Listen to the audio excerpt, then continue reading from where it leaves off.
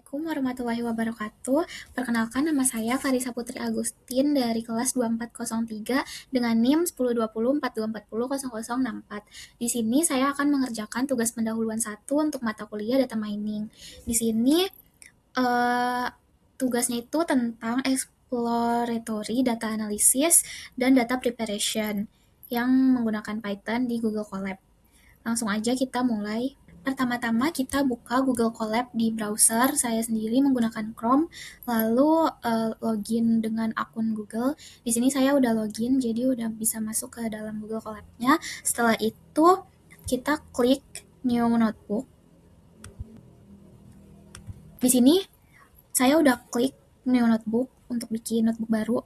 Lalu ini judulnya itu bisa diganti dengan sesuai kebutuhan nanti.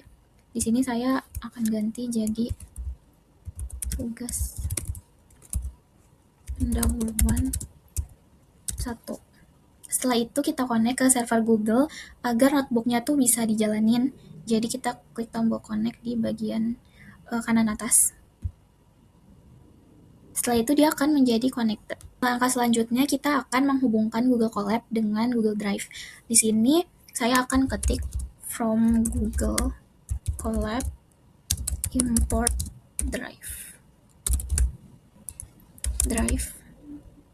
mon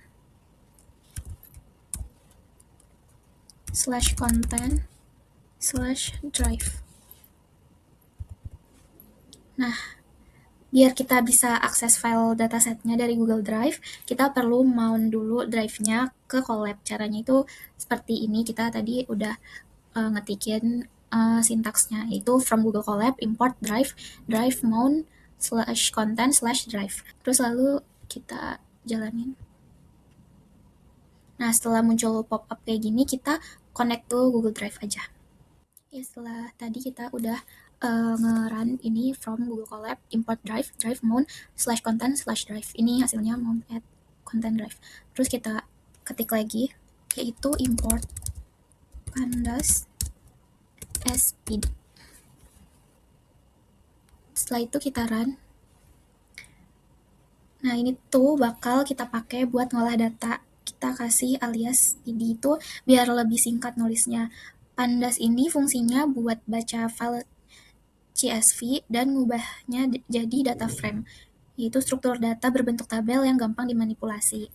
Selanjutnya kita tambah lagi codingnya itu untuk baca dataset ke data frame. Kita ketik file underscore path /content/drive/my drive/dataset/test CSV. Terus di bawahnya df sama dengan pd.read_csv file path. Ini di tab aja. Setelah itu aku bakal ketik print dataset berhasil dimuat.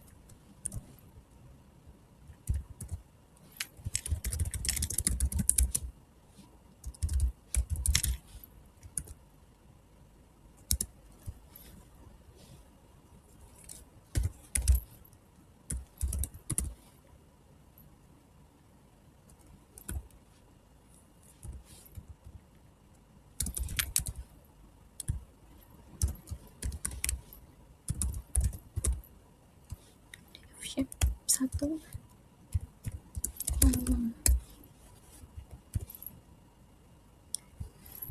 Setelah itu kita run.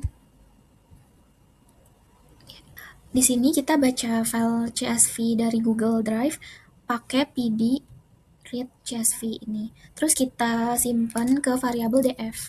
Setelah itu path-nya itu disesuaikan sama lokasi file di drive-nya yang jadi sebelumnya tuh datasetnya udah di-upload dulu ke Google Drive. Di sini saya namanya itu test.csv dan disimpan di folder set, terus di dalam my drive. Terus habis itu kita print shape-nya buat mastiin datanya udah kebaca dengan benar berapa baris dan berapa kolomnya. Lanjut, kita bakal nampilin 10 baris pertama pakai df.head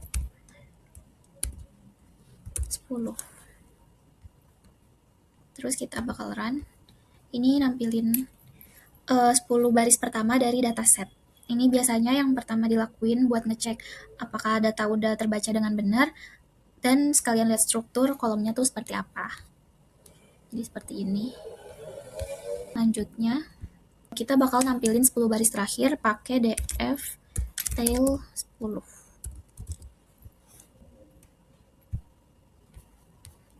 Nah, kalau tadi itu pakai head, sekarang kita pakai tail buat lihat 10 baris paling bawahnya. Jadi gunanya buat mastiin data di bagian akhir itu juga lengkap dan gak ada yang kepotong waktu proses loading. Oke, selanjutnya kita bakal ke tahap data understanding, yaitu pertama kita print df shape, setelah itu df info, df describe, missing,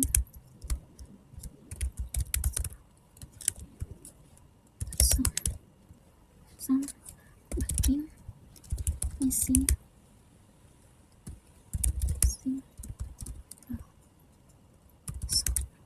underscore values, ascending fox.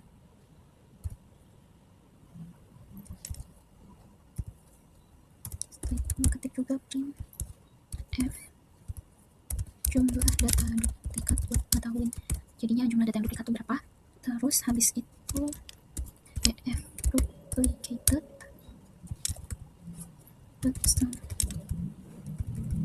lalu kita print juga untuk df get types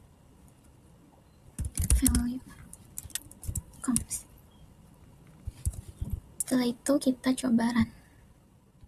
Nah, di sini udah kelihatan hasilnya. Oke, saya akan jelasin.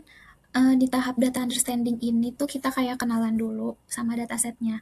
Jadi pertama kita cek shape-nya itu buat tahu ada berapa sih baris dan kolom yang ada di dataset kita. Terus habis itu ada info juga ini. Itu buat lihat tipe data tiap kolom dan ada nggak yang missing. Terus kita pakai describe juga itu buat lihat statistik dasarnya kayak rata-rata, nilai min, nilai max, dan lain-lain.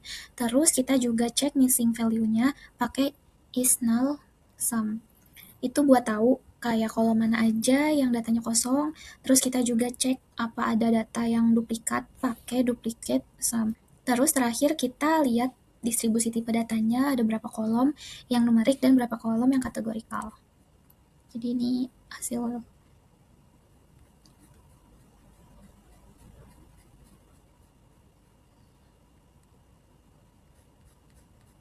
Ini ada data yang duplikatnya 0.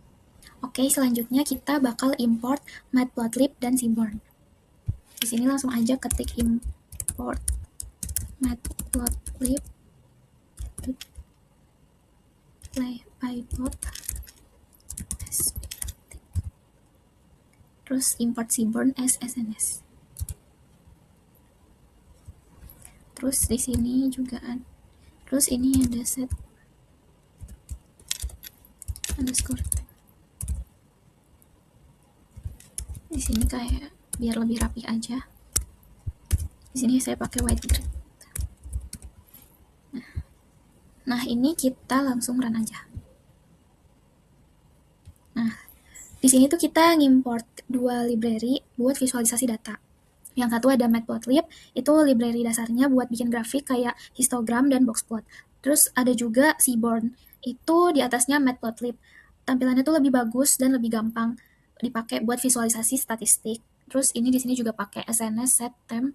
Itu optional aja sebenarnya, cuma buat bikin tampilan grafiknya tuh lebih rapi. Oke, nextnya tuh kita buat histogram. Nah, di sini kita ketik plt v4 size nya 8, terus SNS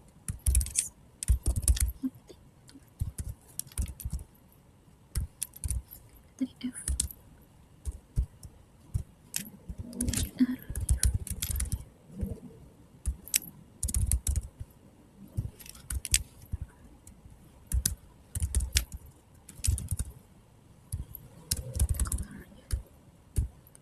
still blue.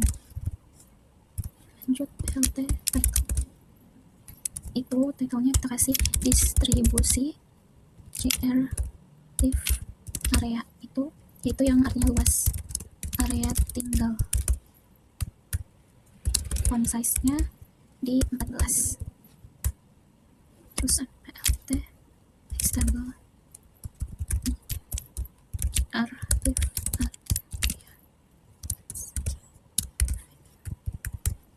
lanjut y label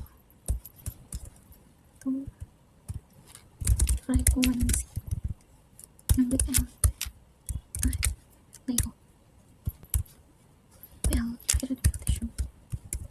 Oke, jadi kita bikin histogram buat kolom grLive area, itu luas area tinggal. plt.figure itu buat ngatur ukuran grafiknya. Kalau bins sama dengan 40, itu artinya datanya dibagi jadi 40 kelompok. Kalau yang KDE sama dengan true, itu nambahin garis kurva dari atas histogram buat nunjukin bentuk distribusinya lebih halus. Dan dari grafik ini tuh kita, terus habis itu kita langsung aja run. Nah, ini dia. Ini dia grafiknya. Nah, dari grafik ini tuh kita bisa lihat distribusinya tuh condongnya kemana dan bisa mulai kelihatan ada nggak nilai yang ekstrim. Oke, lanjut kita ke box plot. Jadi kita pilih figure, fix size-nya 8,4.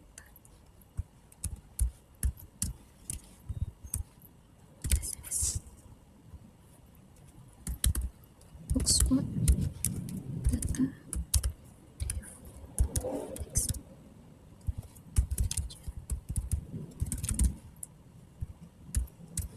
colornya itu pakai light coral.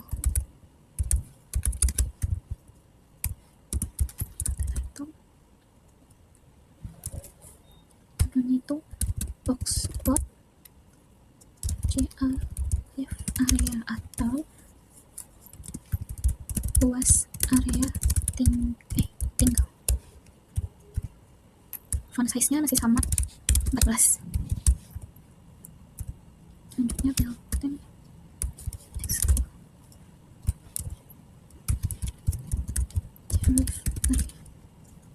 masih sama kayak tadi. Terus langsung aja kita run. Ini hasil dari box plotnya. Ini. Jadi box plot ini tuh kayak lebih fokus buat deteksi outlier. Kotaknya itu nunjukin bahwa rentang dari data dari Q1 sampai Q3.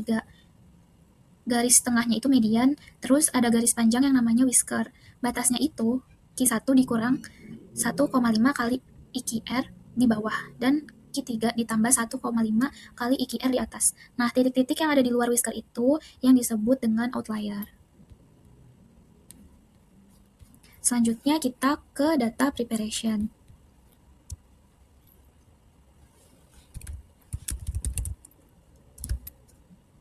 Devclean langsung aja ke devcopy, terus kita pakai devclean lagi.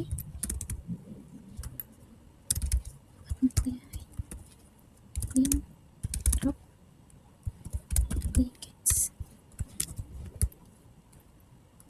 in calls clean select with types include number column devclean devclean calls devclean calls median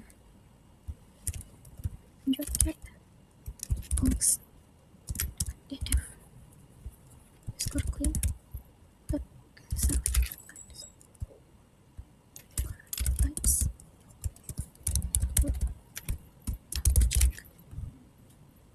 colors for all in calls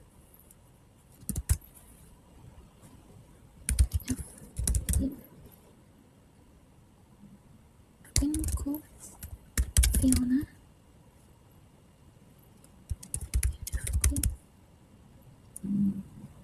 call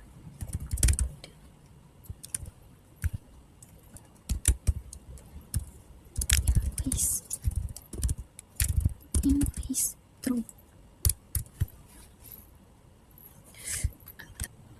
Lanjut for call lagi in,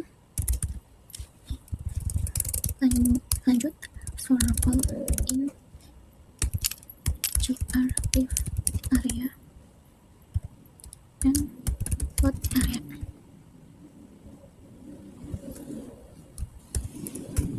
Kita pakai key 1 sama dengan df score clean call kuantal 0,25 dan key 3 df clean call kuantal 0,75. Nextnya itu kayak tadi itu KR sama dengan KR itu berarti kayak tadi sama KR sama dengan Q3 dikurang Q1. Selanjutnya itu df underscore clean sama dengan df clean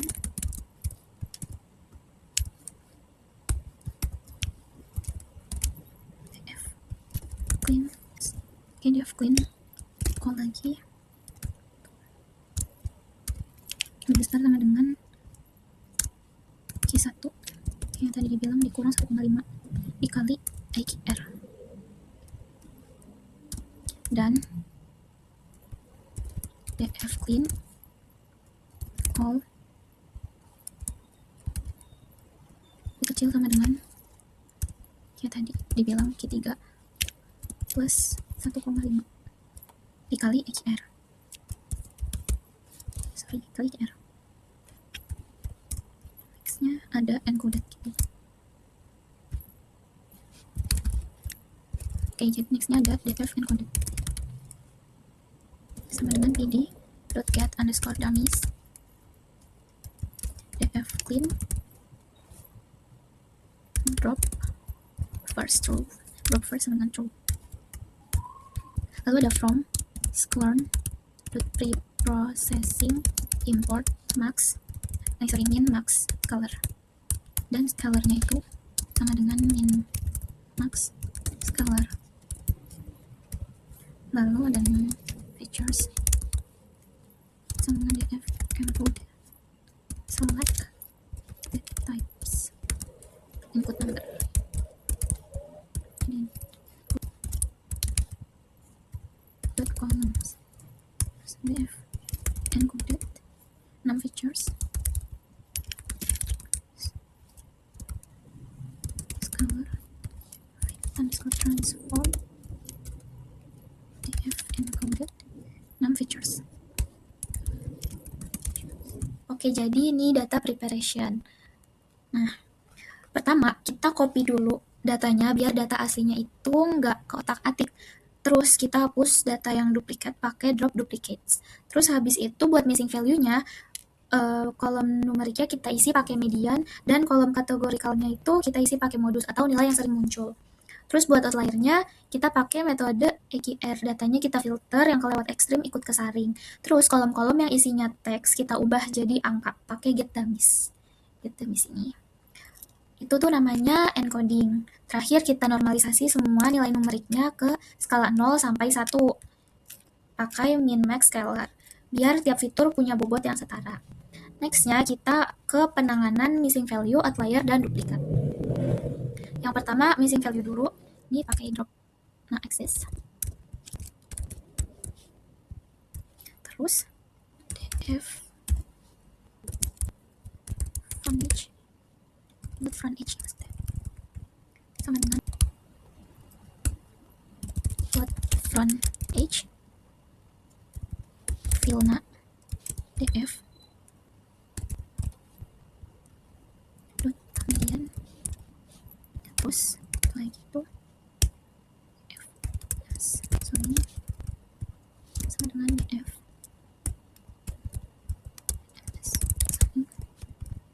filna df ms zoning. Ini pakainya modus, jadi langsung kita type aja. Oke, langsung aja kita run. Nah, jadi buat missing value itu ada beberapa cara. Bisa langsung dihapus barisnya pakai dropna, tapi resikonya kehilangan data. Atau bisa diisi pakai median untuk kolom numerik, karena median itu lebih tahan terhadap outlier dibandingkan mean. Untuk kolom kategorikalnya kita isi pakai modus, yaitu nilai yang paling sering muncul. Nah, next-nya itu penanganan untuk outlier. Kayak yang tadi ya, ini kita pakai Q1. Q1 kita hitung dulu Q1-nya. Q1 itu pakai df area kuantela itu 0,25 dan Q3-nya itu sama dengan df gr leaf area kuantelnya itu 0,75. Jadi ini langsung di aja. Terus habis itu EQR-nya itu kan sama dengan Q3 dikurang Q1. Setelah itu df no layer sama dengan df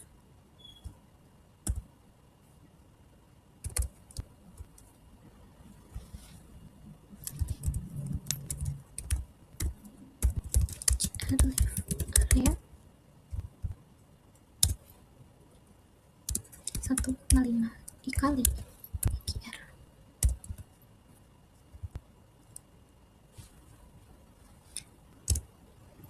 Dan df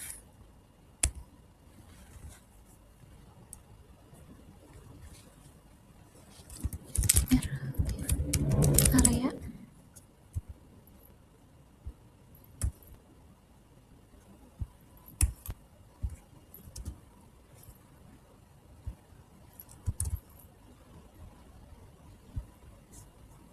itu lebih besar sama dengan Q3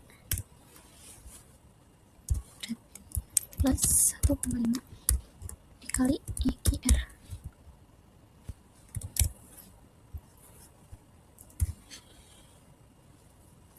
Oke, df EQR leaf area sama dengan df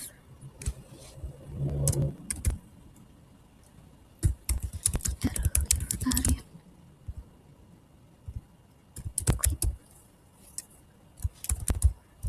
lower sama dengan Q1 dikurang 1,5 dikali EQR. Kalau upper itu sama dengan Q3 ditambah 1,5 dikali EQR. Oke, buat yang outlier ini kita itu bisa pakai metode EQR. Kita hitung dulu ini Q1 sama Q3-nya. Terus EQR itu kan Q3 dikurangin Q1. Terus data yang ada di luar batas bawah dan atas itu langsung kita filter. Atau bisa juga pakai clip ini yang lebih gentle. Outliernya nggak dihapus, tapi nilainya diganti jadi batas maksimum dan minimum. Ini langsung aja kita jalanin. Nah, terus yang selanjutnya itu ada penanganan duplikat. Ini print jumlah duplikat. Pakainya duplicated ya.